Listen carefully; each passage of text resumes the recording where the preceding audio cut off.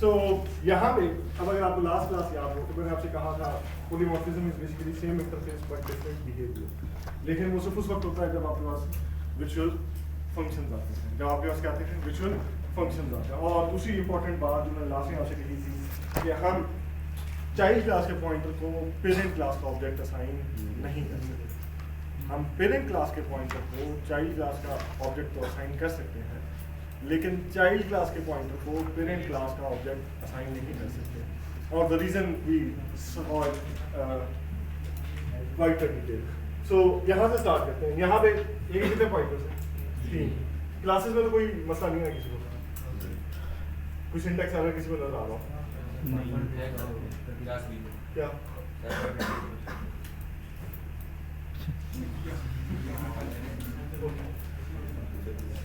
so 0.00001 marks मिलेंगे।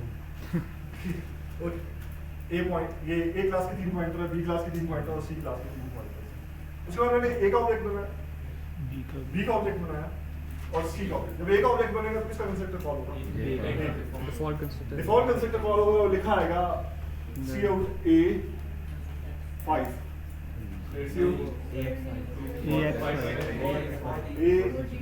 int x underscore is equal to 5 लिखा हुआ, वो डिफॉल्ट वैल्यू x minus 3 नहीं है, वो साइन पर।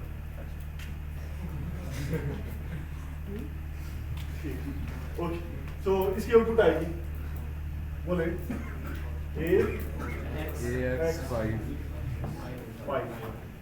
Everybody agrees on this? yes अब जब b का कंस्ट्रक्टर कॉल होगा तो लिख इसकी आउटपुट आएगी क्या? ax 5 b con b con। Everybody agrees on this? yes उसके बाद c का कंस्ट्रक्टर कॉल होगा तो उसमें 3 चीज लिखेंगे, a x 5 B con b con c con। Ji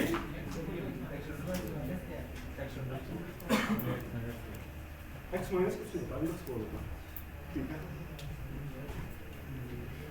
clear? Okay, so that is the output of the constructor. यहां तक सबको समझ आती है? yes sir उसके बाद ए पॉइंटर को मैं पेरेंट क्लास है, क्या मैं ए का ऑब्जेक्ट असाइन कर सकता हूँ? yes क्या ये वैलिड है? yes it is a valid. क्या ए को मैं बी का ऑब्जेक्ट असाइन कर सकता हूँ? yes ये भी वैलिड है। क्या ए को मैं सी का ऑब्जेक्ट असाइन कर सकता हूँ? क्यों? जी पेरेंट है, ग्रैंड पेरेंट है, तो वो उसकी ग्रैंड चाइल्ड आ सकते, तो मैं ये काम भी कर सकता हूँ। सो दैट इज वैलिड, यानी यहाँ पे कोई अभी तक हमारे यहाँ सिंटैक्स एरर नहीं आया। सो देन बी क्लास को मैं एक ऑब्जेक्ट असाइन कर सकता हूं? No sir. So this is the first syntax error, this line should be commented out. जी नहीं उस वक्त नहीं आया। अच्छा ना, मुझे पता था ये होने से पहले, सो कि फिर भी मैं कहा मैंने 3 दफा ये बात एक्सप्लेन की। So A obj, this is a syntax error.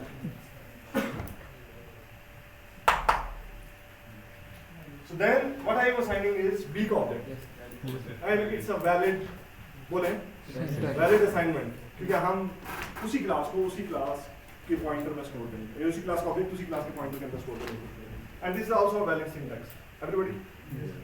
so यहाँ ये syntax है। क्या C को मैं एक ऑब्जेक्ट असाइन कर सकता हूँ? so this is invalid। क्या ये मैं कर सकता हूँ? this is also invalid। तो मेरे पास बच गया CP 2 is equal to किसका ऑब्जेक्ट असाइन करेंगे? C। Everybody agrees on this? Okay, now come back this।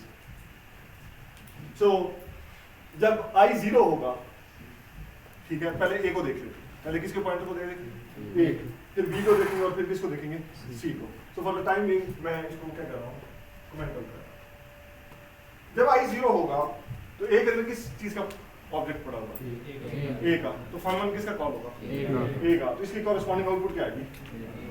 A आएगी, आउटपुट आएगी fun1, क्या लिखा है? A fun1। आगे क्या लिखा है? fun2। fun2 सिंटैक्स एरर है, A के साथ मैं fun2 कॉल नहीं कर सकता, so it's going to be not there। A of 0 के अंदर मैं fun1 नहीं कॉल, fun2 कॉल नहीं कर सकता। Everybody understand this? क्योंकि पेरेंट क्लास के अंदर fun2 है ही नहीं, there is only fun1। और मैंने आपसे पहले कहा था कि पेरेंट क्लास के पॉइंटर को इस्तेमाल करते हो हम सिर्फ उन्हीं चीज़ों को एक्सेस कर सकते हैं जो पेरेंट क्लास के अंदर मौजूद हों। हम किसी ऐसी चीज़ को एक्सेस नहीं कर सकते जो पेरेंट क्लास का पार्ट ना हो। ओके, देन आई में इंक्रीमेंट होगा, आई में क्या आएगा 1। अब मैं कॉल करूंगा ए पी ऑफ 1 ऑफ 1 क्या कॉल होगा B का वाई, वर्चुअल है क्योंकि वो वर्चुअल है। और वर्चुअल फंक्शन क्या देखते हैं कि उस पॉइंटर के अंदर किस क्लास का क्या पड़ा हुआ है, ऑब्जेक्ट पड़ा हुआ है। जिस क्लास का ऑब्जेक्ट उस पॉइंटर में पड़ा होता है उस क्लास के कॉरस्पॉन्डिंग वर्चुअल फंक्शन कॉल होते हैं। या तो पेरेंट क्लास के फंक्शन कॉल होंगे या उस क्लास के कॉरस्पॉन्डिंग फंक्शन कॉल होंगे। क्लियर? ओके, तो यहाँ पे कॉल क्या होगा, यहाँ पे कॉल होगा आउटपुट आएगी b का fun 1। So this is when I is equal to 0, this is when I is equal to 1। और जब I is equal to 2 होगा तो इसके corresponding क्या है? B फन 1 और 2 फन 2 जी। सॉरी एरर ओके जी, मैंने इसको कमेंट किया होगा। ये तो सिंटैक्स एरर है, इसको तो हमने उठा दिया, इसके साथ कोड नहीं चलेगा। इसके साथ कोड क्यों नहीं चलेगा? फन 1 है ही नहीं, किसमें? फन 2 है ही नहीं, किसमें? ए में। और ए किस टाइप का पॉइंटर है? क्लास ए का। ठीक है, तो क्लास ए के पॉइंटर के जरिए हम सिर्फ वही एक्सेस कर सकते हैं जो कि उस क्लास के अंदर अवेलेबल हो। सो अब जब I2 होगा तो आउटपुट क्या आएगा? बोले A fun 1 B fun 1 Y जी, क्योंकि अब वर्चुअल फंक्शन है। फन 1 क्या है? वो वर्चुअल फंक्शन है। तो B में डिफाइंड है लेकिन उसका हमने ओवरराइड नहीं किया किसके अंदर? C के अंदर। तो वो अपने इमीडिएट पेरेंट में देखेगा। किसमें देखेगा? इमीडिएट पेरेंट में। क्लोजेस्ट वर्चुअल फंक्शन कौन सा है जिसमें कॉल कर सकते हैं? तो इसके अंदर जो फन 1 आ रहा है वो कौन सा आ रहा है? इसके अंदर जो फन 1 आ रहा है वो कहां से आ रहा है? B से। A वाला फन 1 नहीं आ रहा क्योंकि इसने A से इनहेरिट किया और B ने उसे राइट कर दिया। तो C के अंदर इनडायरेक्टली सिर्फ एक ही फन 1 आ रहा है जो कि कहां से आ रहा है? B से आ रहा है और वो वही फंक्शन कॉल होगा जो कि B वाला है। तो यहाँ आउटपुट क्या आएगी? B fun 1। सो ये पहली लाइन का लूप के अंदर आउटपुट है। किसी को कोई एतराज हो तो ही कैन आस्क। सबको समझ आ गई? Yes sir. Okay, now I am going to uncomment this और मैं इसको कमेंट आउट करूँ। अब मेरे पास यहाँ पे दो है, BP of 0 fun 1, BP of 2। I is equal जब 0 होगा तो ये इनवैलिड सिंटैक्स है। I इज इक्वल टू 0 होगा तो क्या है? इनवैलिड है क्योंकि why? एक ऑब्जेक्ट हम उसे असाइन नहीं कर सकते। So it will only work for when I क्या होगा मेरे पास? 1 होगा और I क्या होगा? 2 होगा मेरे पास। जब I 1 होगा, I क्या होगा? 1 होगा तो BP ऑफ 1 फन 1 किस समय पॉइंटर पड़ा BP 1 B का। समझ आती है बात की सबको? Yes. B के इंडेक्स 1 के ऊपर B का ऑब्जेक्ट पड़ा है तो यहाँ पे फन 1 किसका कॉल होगा? B का। सो यहाँ पे आउटपुट आएगी B फन 1 और यहाँ पे आउटपुट क्या आएगी? B fun 2। Sorry, I is equal to 1 के ऊपर अब दोनों फंक्शन कॉल हो सकते हैं। फन 1 भी कॉल हो सकता है, फन 2, क्योंकि B के अंदर दोनों फंक्शन है, फन 1 और फन 2। फन 1 उसने ओवरराइड किया इसे और फन 2 को उसने बुलाते हुए खुद डिफाइन किया। तो यहाँ जो आउटपुट आएगी वो आएगी जब I 1 होगा B fun 1 B fun 2। Now the third time is, ठीक है, अब अगली इटरेशन में चलेंगे। सो I जब 2 होगा तो B के अंदर किसका ऑब्जेक्ट पड़ा हुआ? C का। तो अब जब मैं फन 1 कॉल करूंगा तो किसका फन 1 कॉल? B का, इसलिए कि C में फन 1 नहीं। तो यहाँ पे 1 सेकेंड जो आउटपुट आएगी वो क्या आएगी? B fun 1। यहाँ पे अब आगे क्वेश्चन क्या आता है? अब B के पॉइंटर के अंदर जब I क्या है? 2 है, C का ऑब्जेक्ट पड़ा हुआ है। तो जहाँ पे अब जब मैं फन 2 कॉल करूंगा तो फन 2 ओवरराइड हो गया किसके अंदर? C में। तो यहाँ जो आउटपुट आएगी वो आएगी, बोले C fun 2। So this is the case, ये इन दो लाइन्स के कोरिस्पोंडिंग है और ये जो पहले वाला केस है this is corresponding to first these two lines. Now comes the third line. तो इसके अंदर सिर्फ और सिर्फ I2 के लिए I2 पे काम करेगा और I2 पे जब काम करेगा तो आउटपुट क्या होगी? B fun 1 C fun 2। Everybody agrees on this? अच्छा, यहाँ तक सबको समझ आ गई? किसी क्वेश्चन नहीं? Clear? Okay, now destructors call होना शुरू होंगे। ऑब्जेक्ट्स क्या होंगे? डिस्ट्रॉय होना शुरू होंगे। क्या कॉल होंगे? डिस्ट्रक्टर। किसका डिस्ट्रक्टर सबसे पहले?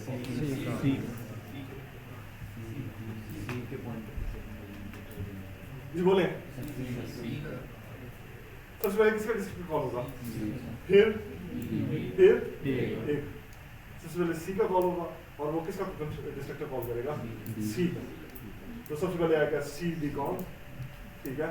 सी डी कॉल करेगा बी डिस और वो किसको कॉल करेगा? ए डिस। यानी कि सी के डिस्ट्रक्टर के कॉरस्पॉन्डिंग 3 आउटपुट्स होंगे। पहले सी का डिस्ट्रक्टर कॉल होगा, फिर बी का डिस्ट्रक्टर कॉल, फिर ए का डिस्ट्रक्टर, फिर बी का डिस्ट्रॉय होगा। बी के डिस्ट्रक्टर के कॉरस्पॉन्डिंग 2 आउटपुट होंगे। बी का डिस्ट्रक्टर जी पूछ रहे वर्चुअल डिस्ट्रक्टर का यहाँ पे कोई फायदा नहीं है। अभी मैं फायदा आपको एक्सप्लेन करूँगा बी का डिस्ट्रक्टर वर्चुअल बनाने का क्या फायदा, ठीक है। बात समझ आ रही है सबको?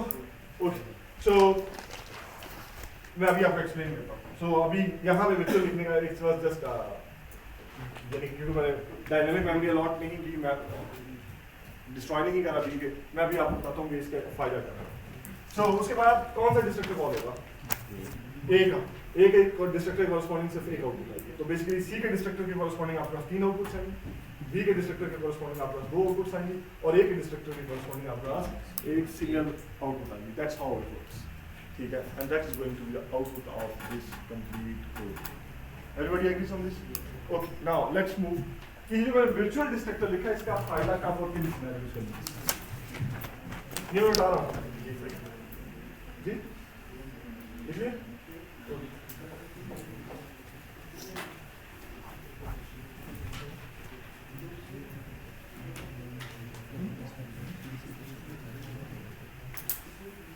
सी लेट्स सपोज मेरे पास ए क्लास का पॉइंटर है, a pointer is equal to new B. क्या मैं ऐसे कर सकता हूँ? ए क्लास के पॉइंटर में मैं क्या बी का ऑब्जेक्ट असाइन कर सकता हूँ? अब मैं ऑब्जेक्ट कहाँ से ले रहा हूँ?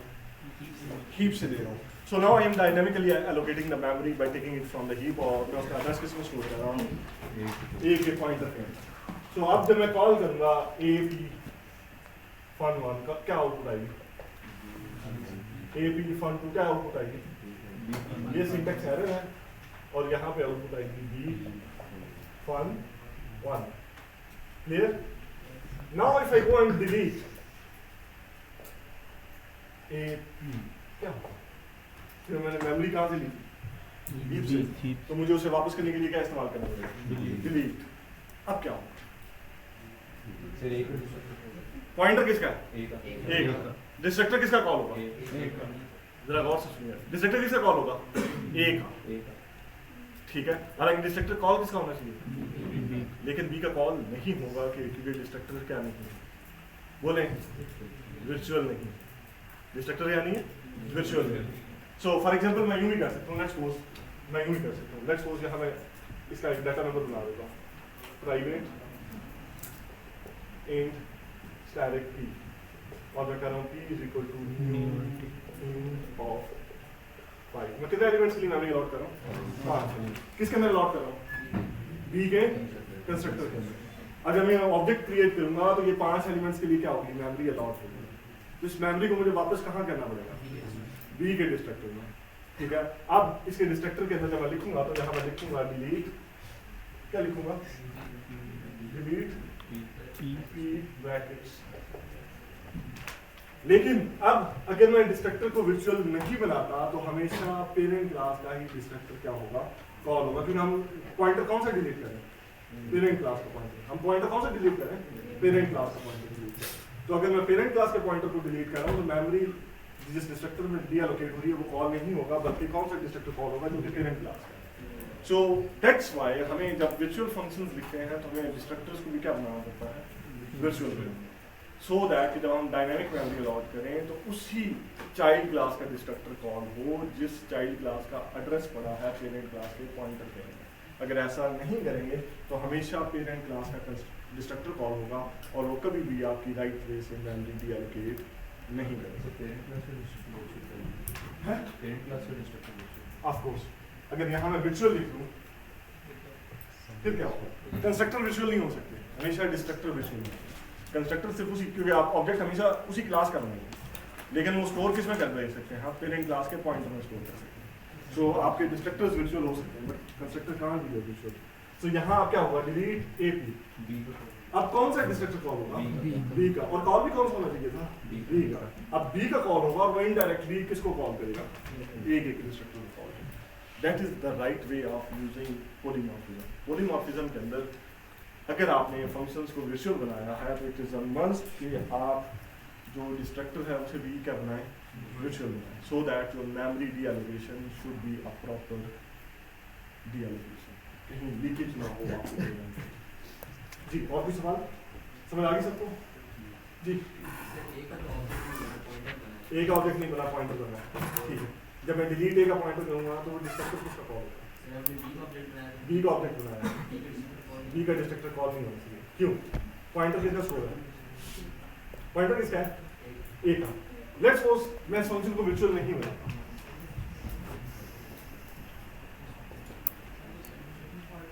क्यों? एक मिनट। अब यहाँ कंस्ट्रक्टर में किसका कॉल कर रहा हूँ? बी का। मेमोरी अलॉट किसको कर रहा हूँ? बी को। अब जब मैं AP fun1 कॉल करूँगा तब क्या होगा? बोले क्यों नहीं है? किसको? वर्चुअल जी, किसका आना चाहिए? क्यों? क्योंकि पॉइंटर क्लास A का है और उसमें कोई फंक्शन क्या है? विजुअल नहीं है, तो हमेशा पेरेंट क्लास के functions call. That same story goes with the destructor. जब मैं डिलीट AP करूंगा तो क्या कॉल होगा? डिस्ट्रक्टर कॉल होगा। किसका? A का। हालांकि कॉल किसका होना चाहिए? B का, लेकिन वो कॉल नहीं करेगा। मैंने आपसे कहा, और ये बहुत इंपॉर्टेंट पॉइंट है, अगर आप फंक्शन को विजुअल नहीं बनाते, अगर आप फंक्शन को क्या नहीं बनाते? विजुअल नहीं बनाते और पेरेंट क्लास के पॉइंटर को इस्तेमाल करते हुए फंक्शन को कॉल करेंगे, तो हमेशा पेरेंट क्लास के ही फंक्शन कॉल होंगे, चाहे आप जो मर्जी करें। बेशक आप C का ऑब्जेक्ट स्टोर करें, D का ऑब्जेक्ट स्टोर करें, हमेशा फंक्शन किसके कॉल होंगे? बोले A के call. Clear? Everybody must understand this. ये बात आपको समझ आ गई? सो अब इस तरह तो फिर वो कंस्ट्रक्टर भी तो एक ही नहीं, डिस्ट्रक्टर एक नहीं हो रहा, क्योंकि मैं ऑब्जेक्ट किसका बना रहा हूँ? मैं एक्सप्लिसिटली ऑब्जेक्ट बना रहा हूँ। मैं एक्सप्लिसिटली क्या बना रहा हूँ? ऑब्जेक्ट किसका बना रहा हूँ? B का। यानी आप कर क्या रहे हैं? आप B का ऑब्जेक्ट बना रहे हैं, उसका पॉइंटर आपने किस में स्टोर किया? A में। अब A के जरिए आप कॉल कर रहे हैं, तो फंक्शन विजुअल नहीं है, तो कॉल किसके होंगे? A के। तो डिस्ट्रक्टर भी किसका कॉल होगा? A का। तो हमारा कॉल किसका होना चाहिए था? B का, क्योंकि आपने मेमोरी B को इस्तेमाल करते हुए डेवलप की। बहुत फाइन पॉइंट है and you have to understand this. जी, अगर नहीं समझ तो क्या करें? सेगमेंटेशन फॉल्ट नहीं है, मेमोरी लीकेज है। एक ऑब्जेक्ट है नहीं, डिस्ट्रक्टर कॉल कर रहे हैं, लेकिन एक अंदर में मेमोरी अलॉट नहीं है।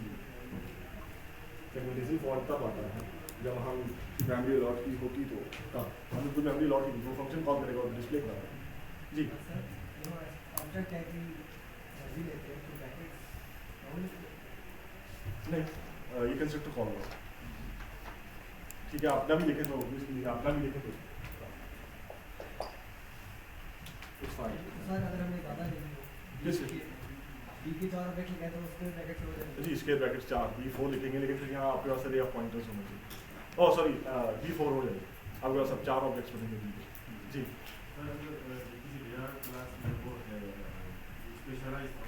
जी, स्पेशलाइज फंक्शन कैसे मतलब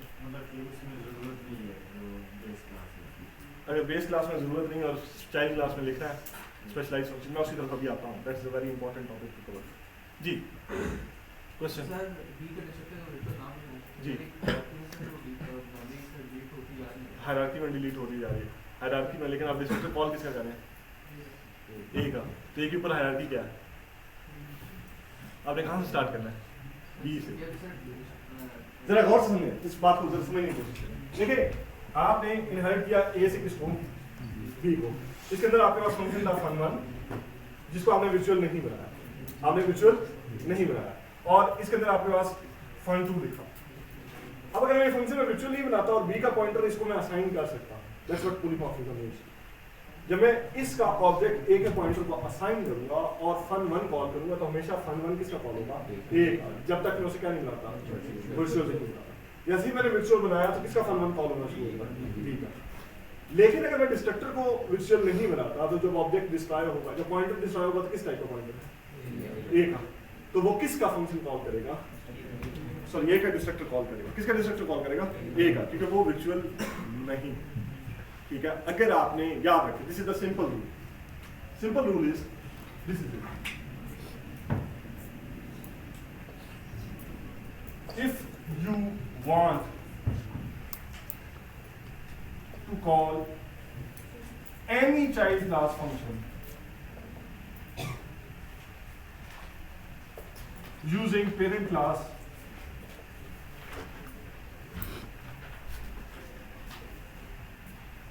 pointer or alias, it is a must that you define that function as a virtual function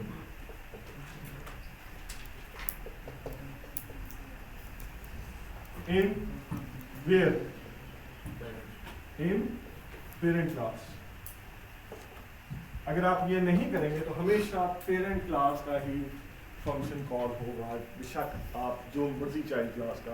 अगर this is what polymorphism is and destructor is also, बोलें डिस्ट्रक्टर इज आल्सो फंक्शन। ठीक है, means हम उसे function कहते नहीं है but it acts like a function. जी, बी का डिस्ट्रक्टर कॉल नहीं होगा जब आप करेंगे विजुअल बनाएंगे तो यस, उसके बाद ए का तो एग्जीक्यूट होगा जो इनिशियली बी का यस। तो वो तो आपने वैसे ही बी की हायरार्की के अंदर ऑलरेडी इस चीज को कैटर किया होगा कि जब आप बी को इस इनहेरिट करें तो आपको पता है बी का डिस्ट्रक्टर तो कॉल हो, ए का डिस्ट्रक्टर तो कॉल हो गई होगा। लेकिन अगर आप उसे विजुअल नहीं बनाते तो फिर बी का डिस्ट्रक्टर कॉल नहीं होगा, डायरेक्ट ए का डिस्ट्रक्टर कॉल होगा। Everybody understand this? क्लियर? सबको समझ आ गई? Okay, so you have to remember this कि if you want to call any child class function using parent class pointer or alias, it is a must that you define that function as a virtual function in parent class। अगर आप नहीं करेंगे तो हमेशा कौन सा function call होगा, parent class का फंक्शन कॉल होगा, चाहे वो डिस्ट्रक्टर हो चाहे वो कोई और फंक्शन हो। कंस्ट्रक्टर हम एक्सप्लिसिटली कॉल करते हैं तो ये रूल कंस्ट्रक्टर पे लागू नहीं होता, ये रूल कंस्ट्रक्टर पे लागू नहीं होता। और भी सवाल, ठीक है? So that is what polymorphism means. Alias की कोई एग्जांपल बेतहाशा एग्जांपल मैं ये बता रहा हूँ, ये बता, ये मैं ये बता रहा हूँ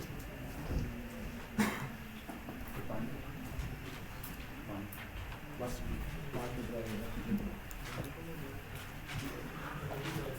okay, so see let's suppose ये मेरे पास मैंने क्या बनाया, बी का बी ऑब्जेक्ट और फिर मैं लिखता हूँ A ampersand A is equal to B को बी। ए क्या है, ए क्या है, एलियस किसका, ए एलियस है किसका, ए टाइप का, लेकिन उसके अंदर आप वो निकनेम किसका बन रहा है, बीओपी, वो निकनेम किसका बन रहा है, BOP. Clear? So now if I want to call a dot fun1 तो क्या कॉल होगा, बोले कौन सा fun1 कॉल होगा, बी का fun1। सर वर्चुअल हुआ है, अच्छा वर्चुअल होगा, अगर वर्चुअल नहीं हुआ तो किसका fun1 कॉल होगा, ए का। अगर वर्चुअल है तो किसका fun1 कॉल होगा, बी का। That's how you use alias. Alias जैसे आप वैसे डिफाइन करें। अब एलियस किसका है, ए का, लेकिन वो निक नाम किसका बन रहा है, बी के object. So you can use aliases as with the pointer. याद रखें, polymorphism only works with pointers and aliases. It never works with objects. It never works with objects. ये बात आपको याद रखनी चाहिए, ठीक है? So किसी ने थोड़ी देर में बात मेरे से थोड़ी देर पहले क्वेश्चन पूछा था कि AP is equal to mu B of 4. AP is equal to mu B of 4. जरा करके देखिएगा घर जाके कि जब मैं B के 4 ऑब्जेक्ट्स बनाऊँ, इनका स्टार्टिंग एड्रेस A के पॉइंटर के अंदर स्टोर कराऊँ, ठीक है? AP ऑफ 0 मैं करूँगा तो क्या हो, AP ऑफ 1 करूँगा तो क्या हो। Clear? So that is basically now the question is, जैसे भी थोड़ी देर पहले मेरे से किसी ने क्वेश्चन पूछा कि देयर आर द सिनेरियोज जब आप पेरेंट क्लास में वो फंक्शन डिफाइन नहीं कर सकते। देयर आर द सिनेरियोज जब पेरेंट क्लास में फंक्शन डिफाइन नहीं कर सकते। मैं आपको सिंपल सी एग्जांपल देता हूँ, ये मैं डाल रहा हूँ।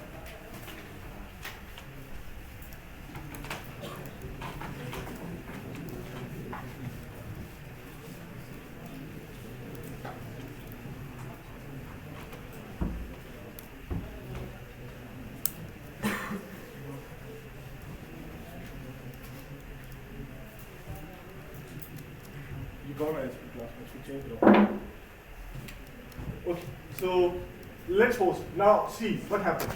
आपके पास एम्प्लॉय क्लास थी, कौन सी क्लास थी?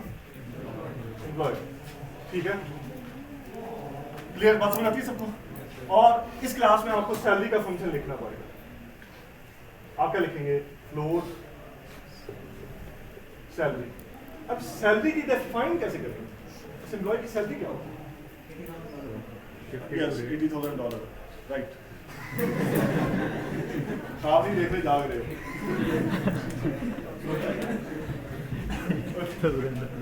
So that can be the possibility, ठीक है। लेकिन हम बेसिकली उस एग्जांपल को देखें, बंदे को बाय द वे अपने जो है गोल हाई रखने चाहिए। So that's excellent. You must be optimistic.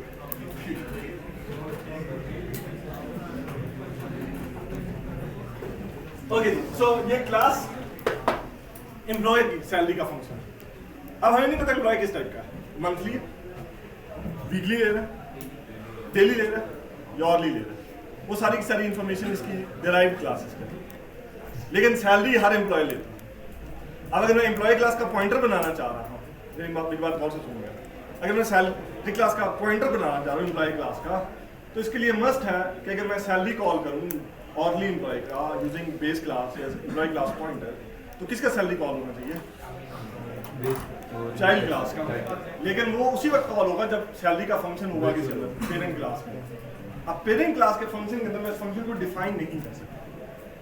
I can't define this function क्योंकि मेरे पास वो इंफॉर्मेशन ही नहीं है कि सैलरी क्या होगी।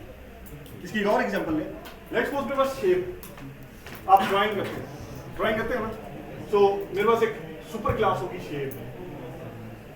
शेप से मैं ड्राइव कर रहा हूँ सर्कल, उसे मैं ड्राइव कर रहा हूँ ट्राइंगल और रेक्टेंगल। ट्राइंगल से आगे फिर राइट एंगल और आइसोसेलेस और different types of triangles inherit हो सकते हैं। नाउ मेरा क्वेश्चन ये है कि ड्रॉ का मेथड हर एक उसका पार्ट होगा। हम रेडियस सर्कल को भी ड्रॉ करते हैं, ट्राइंगल को भी ड्रॉ करते हैं, रेक्टेंगल को भी ड्रॉ करते हैं, स्फीयर को भी ड्रॉ करते हैं। शेप के अंदर ड्रॉ क्या करें? शेप में खाली छोड़ना, शेप में क्या करेंगे? खाली छोड़ना, खाली छोड़ देंगे, ऐसे ही है। ठीक है, ठीक है। तो क्या शेप का मुझे कभी ऑब्जेक्ट बनाना चाहिए? जब भी मैं शेप बनाऊंगा, जरा मेरी बात गौर से सुनिए, जब भी मैं एम्प्लॉय हायर करूंगा वो किसी खास कैटेगरी का होगा, या मैं उसे मंथली ले रहा हूँ या ऑर्ली ले रहा हूँ या वीकली बेसिस पे सैलरी ले रहा हूँ।